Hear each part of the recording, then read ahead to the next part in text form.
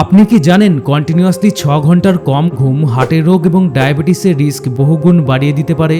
প্রয়োজনের থেকে মাত্র 1 ঘন্টা কম ঘুমালে ফোকাস করার ক্ষমতা এবং স্মৃতিশক্তি কমে যেতে পারে। দীর্ঘস্থায়ী ঘুমের অভাব আপনার শরীরে নেশাগ্রস্ত হওয়ার মতো একই প্রভাব ফেলতে পারে।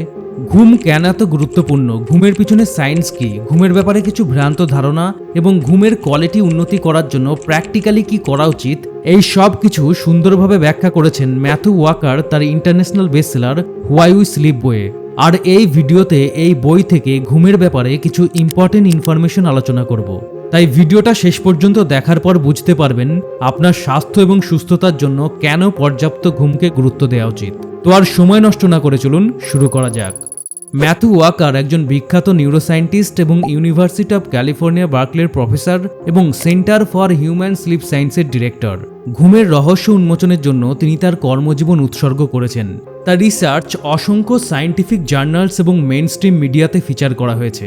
তাই অথর ম্যাথু ওয়াকার এই বইয়ে ঘুমের ব্যাপারে যেসব ইনফরমেশন শেয়ার করেছেন সেগুলো খুবই অথেন্টিক এবং এফেক্টিভ। তো প্রথমে আমাদের যে বিষয়টা বুঝতে হবে সেটা হলো হোয়াট ইজ স্লিপ, অর্থাৎ ঘুম কি। ঘুম হলো বিশ্রামের একটি অপরিহার্য অবস্থা। ঘুমকে দুটো প্রধান ক্যাটাগরিতে ভাগ করা যায়, নন র্যাপিড আই মুভমেন্ট বা এনআরইএম স্লিপ এবং র্যাপিড আই মুভমেন্ট বা আরইএম স্লিপ। এনআরইএম স্লিপের আবার 3টি স্টেজ আছে, স্টেজ 1, স্টেজ 2 এবং স্টেজ 3। স্টেজ 1 হলো জেগে থাকা অবস্থা থেকে ঘুমের দিকে ট্রানজিশন। এটা মাত্র কয়েক মিনিট স্থায়ী হয়। এই স্টেজে হার্টবিট, শ্বাস প্রশ্বাস এবং চোখের মুভমেন্ট স্লো হয়ে যায় এবং পেশি শিথিল হয়। স্টেজ 2তে বডি টেম্পারেচার কমে যায় এবং হার্টবিট আরও স্লো হয়ে যায়। এই স্টেজ আমাদের মোট ঘুমের প্রায় 50%। এই স্টেজ মেমোরিজ এবং ইমোশন প্রসেসিংয়ের জন্য গুরুত্বপূর্ণ। আর স্টেজ 3 ফিজিক্যাল রিকভারি অ্যান্ড রিপেয়ারের জন্য অত্যন্ত গুরুত্বপূর্ণ। এই স্টেজে শরীরের বিভিন্ন টিস্যু রিপেয়ার হয়, পেশি ও হাড় তৈরি হয় এবং ইমিউন সিস্টেম শক্তিশালী হয়। নেক্সট, র্যাপিড আই মুভমেন্ট বা আরইএম স্লিপ। ঘুমানোর 90 মিনিট পরে আরইএম স্লিপ শুরু হয়। আমরা এই সময় স্বপ্ন দেখি। Brain activity, learning, memory consolidation ও মুড রেগুলেশনের ক্ষেত্রে আরইএম স্লিপের গুরুত্ব অনেক বেশি। রাত বাড়ার সাথে সাথে আরইএম স্লিপের ডিউরেশন বাড়ে। তো আমাদের স্লিপ সাইকেল এনআরইএম স্লিপের স্টেজ 1 দিয়ে শুরু হয়, তারপর স্টেজ 2, স্টেজ 3 আর তারপর আরইএম স্লিপ। আরইএম স্লিপ শেষ হলে শরীর আবার এনআরইএম স্লিপের স্টেজ 2 এ ফিরে আসে। এই স্লিপ সাইকেল প্রতি 90 মিনিটে রিপিট হয়। সাধারণত সারা রাতে 4 থেকে 5 বার এই সাইকেল রিপিট হয়। তো নেক্সট যে বিষয়টা বুঝতে হবে সেটা হলো দ্য সায়েন্স বিহাইন্ড স্লিপ, অর্থাৎ ঘুমের পিছনে কোন সায়েন্স কাজ করে। আমাদের শরীরে 24 ঘন্টার একটা ইন্টারনাল ক্লক কাজ করে, যেটাকে সার্কাডিয়ান রিদম বলে। এই বায়োলজিক্যাল ঘড়ি মস্তিষ্কের হাইপোথ্যালামাসে অবস্থিত সুপ্রা কায়াসমেটিক নিউক্লিয়াস বা এসসিএন দ্বারা নিয়ন্ত্রিত হয়। সার্কাডিয়ান রিদম ফিজিওলজিক্যাল প্রসেস যেমন ঘুম ও জেগে থাকা cycle, hormone release, body temperature এবং অন্যান্য গুরুত্বপূর্ণ ফাংশন কন্ট্রোল করে। সার্কাডিয়ান রিদমের কারণে আমরা দিনের বেলা জেগে থাকি এবং রাতে ঘুমাই। কিন্তু ইন্টারেস্টিং বিষয়টা হলো লাইট এক্সপোজার সার্কাডিয়ান রিদম কন্ট্রোলে গুরুত্বপূর্ণ ভূমিকা পালন করে।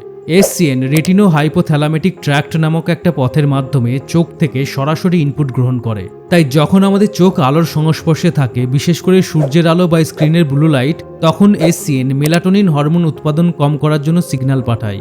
মেলাটোনিন আমাদের ঘুমের জন্য দায়ী। দিনের বেলা সূর্যের আলো আমাদের সার্কাডিয়ান রিদমকে পরিবেশের সাথে সামঞ্জস্য রেখে আমাদের জাগিয়ে রাখে, আর রাতে সূর্যের আলো না থাকায় আমাদের ঘুম পায়।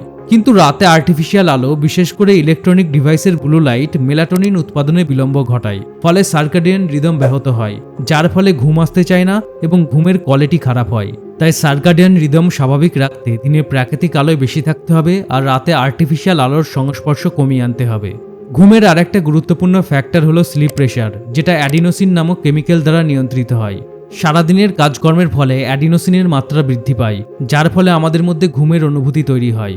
কিন্তু ঘুম পাওয়ার পরও পর্যাপ্ত না ঘুমালে স্লিপ ডেড বা ঘুমের ঋণ বাড়ে। স্লিপ ডেড মূলত আমাদের ঘুমের পরিমাণ এবং আমাদের আসলে যে পরিমাণ ঘুম প্রয়োজন তার পার্থক্য।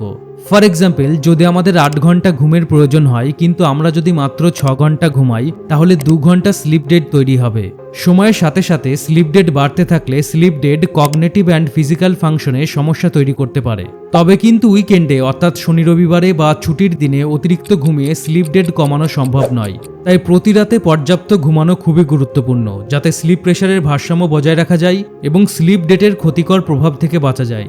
নেক্সট যে বিষয়টা বুঝতে হবে সেটা হলো বেনিফিটস অফ স্লিপ, অর্থাৎ ঘুমের উপকারিতা। ঘুম কগনিটিভ ফাংশন, ফিজিক্যাল হেলথ এবং মেন্টাল হেলথের জন্য অত্যন্ত গুরুত্বপূর্ণ। বিশেষ করে ঘুমের REM স্টেজে আমাদের ব্রেন মেমোরি কনসলিডেট করে, ইনফরমেশন প্রসেস করে এবং টক্সিন ক্লিয়ার করে। আর এই প্রসেসগুলো আমাদের শেখা, সমস্যা সমাধান এবং সিদ্ধান্ত নেওয়ার ক্ষমতা বাড়ায়। গবেষণায় দেখা গেছে যেসব মানুষ পর্যাপ্ত ঘুমান তারা কগনিটিভ কাজগুলো আরও ভালোভাবে এবং ক্রিয়েটিভভাবে করতে পারেন।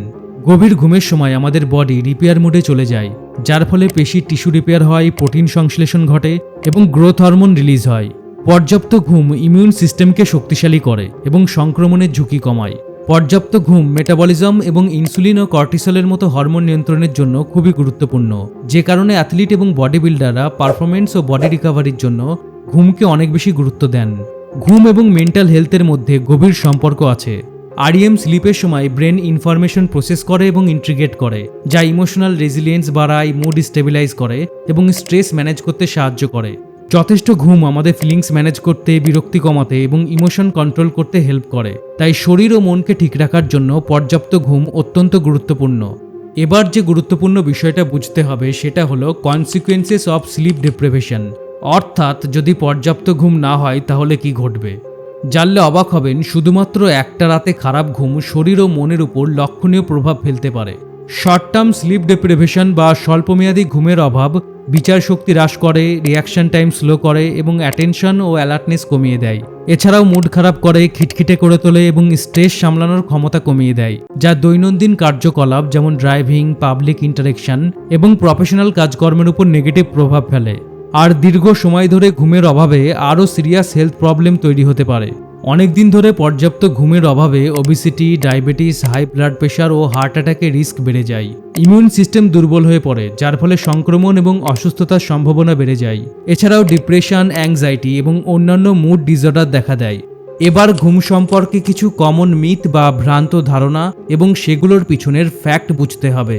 তো ঘুম সম্পর্কে প্রথম মিথ বা ভ্রান্ত ধারণাটা হলো, আমি কম ঘুমিয়েও ভালো কাজ করতে পারি। কিন্তু ফ্যাক্ট হলো, যদিও ব্যক্তিভেদে ঘুমের প্রয়োজনীয়তা ভিন্ন হতে পারে, তবে প্রাপ্তবয়স্কদের প্রতি রাতে 7 থেকে 9 ঘন্টা ঘুম প্রয়োজন। কিছু মানুষ বিরল জেনেটিক মিউটেশনের কারণে 6 ঘন্টার কম ঘুমিয়েও ভালোভাবে কাজ করতে পারে, কিন্তু সেই সংখ্যা খুবই কম। এক স্টাডিতে দেখা গেছে 2 সপ্তাহ ধরে প্রতি রাতে মাত্র 6 ঘন্টা ঘুমানো কিছু মানুষের কাজ করার ক্ষমতা উল্লেখযোগ্যভাবে হ্রাস পেয়েছিল, কিন্তু তারা নিজেদের কাজের কোয়ালিটি ঠিক আছে বলে মনে করেছিল। আসলে কম ঘুম শরীরকে সাময়িকভাবে খাপ খাইয়ে নিতে পারে, কিন্তু প্রয়োজনের চেয়ে কম ঘুমালে ধীরে ধীরে স্লিপ ডেট বাড়বে, যেটা কগনিটিভ ফাংশন, রিয়াকশন টাইম এবং ওভারঅল হেলথের উপর নেগেটিভ প্রভাব ফেলবে। নেক্সট, দ্বিতীয় ভ্রান্ত ধারণাটা হলো বয়স্ক মানুষের কম ঘুম দরকার। কিন্তু ফ্যাক্ট হলো, বয়স্কদের কম বয়সীদের মতো প্রতি রাতে 7 থেকে 9 ঘন্টা ঘুম প্রয়োজন। যদিও বয়স ঘুমের প্যাটার্ন ও কোয়ালিটিতে পরিবর্তন আনে, যেটা পর্যাপ্ত ঘুমে বাধা তৈরি করে। বয়স বাড়ার সাথে সাথে ফ্র্যাগমেন্টেড ঘুম বাড়ে এবং গভীর ঘুমের ডিউরেশন কমে। এছাড়াও মেডিকেল কন্ডিশন, মেডিসিন এবং সার্কাডিয়ান রিদমে পরিবর্তন বয়স্কদের ঘুমের কোয়ালিটিকে প্রভাবিত করে। তাই আমাদের মনে হয় বয়স্ক মানুষের কম ঘুম দরকার। ঘুম সম্পর্কে নেক্সট ভুল ধারণাটা হলো অ্যালকোহল ঘুমাতে সাহায্য করে। কিন্তু ফ্যাক্ট হলো, অ্যালকোহল প্রথমে ঘুমাতে সাহায্য করলেও REM ঘুম কমায় এবং ঘুমের কোয়ালিটি খারাপ করে। অ্যালকোহল কনজিউম করার পর অ্যালকোহল মেটাবোলাইজ হওয়ার ফলে ফ্র্যাগমেন্টেড স্লিপ এবং ঘন ঘন ঘুম ভেঙে যাওয়ার প্রবণতা দেখা দেয়। অ্যালকোহল মেলাটোনিনের প্রোডাকশনে পরিবর্তন ঘটায় এবং সার্কাডিয়ান রিদমে বাধা দেয়, যার ফলে ঘুম আসতে এবং ঘুমাতে সমস্যা দেখা দেয়। এমনকি নিয়মিত অ্যালকোহল কনজাম্পশনে অনিদ্রা এবং স্লিপ অ্যাপনিয়া হতে পারে।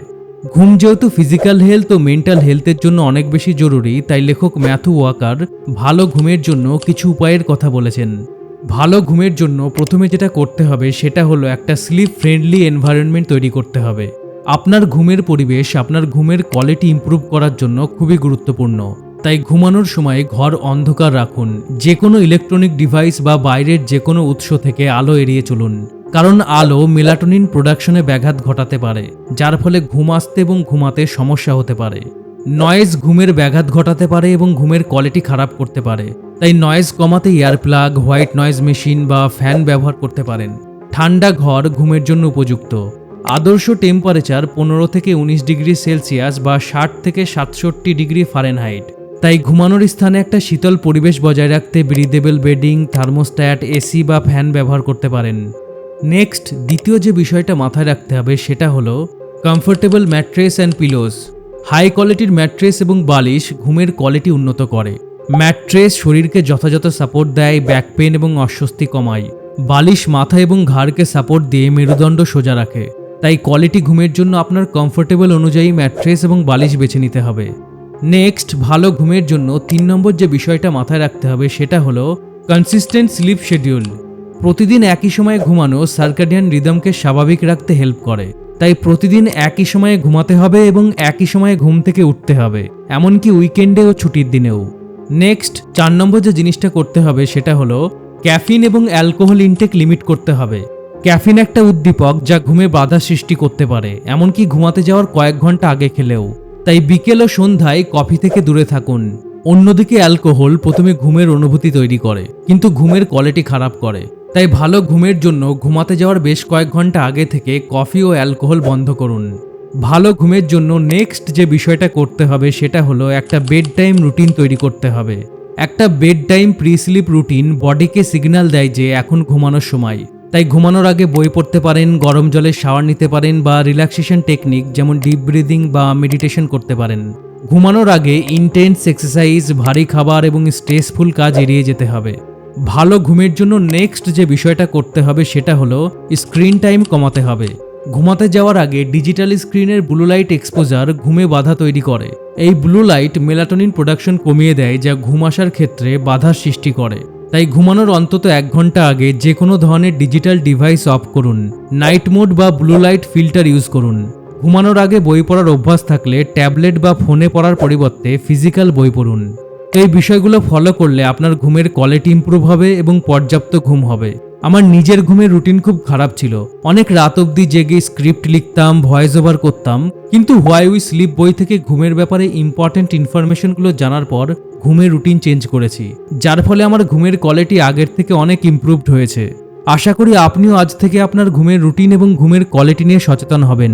তাই ভিডিওটা হেল্পফুল মনে হলে ভিডিওটা অবশ্যই লাইক ও শেয়ার করুন এবং এরকম হেল্পফুল ভিডিও দেখার জন্য অনলি ফিউ মিনিটের ইউটিউব চ্যানেল সাবস্ক্রাইব করুন এবং অনলি ফিউ মিনিটের ফেসবুক ও ইনস্টাগ্রাম পেজ ফলো করুন। ভালো থাকুন, সুস্থ থাকুন, অনলি ফিউ মিনিট দেখতে থাকুন। আমি আপনার বন্ধু Shakil. Thanks for watching. Have a good day.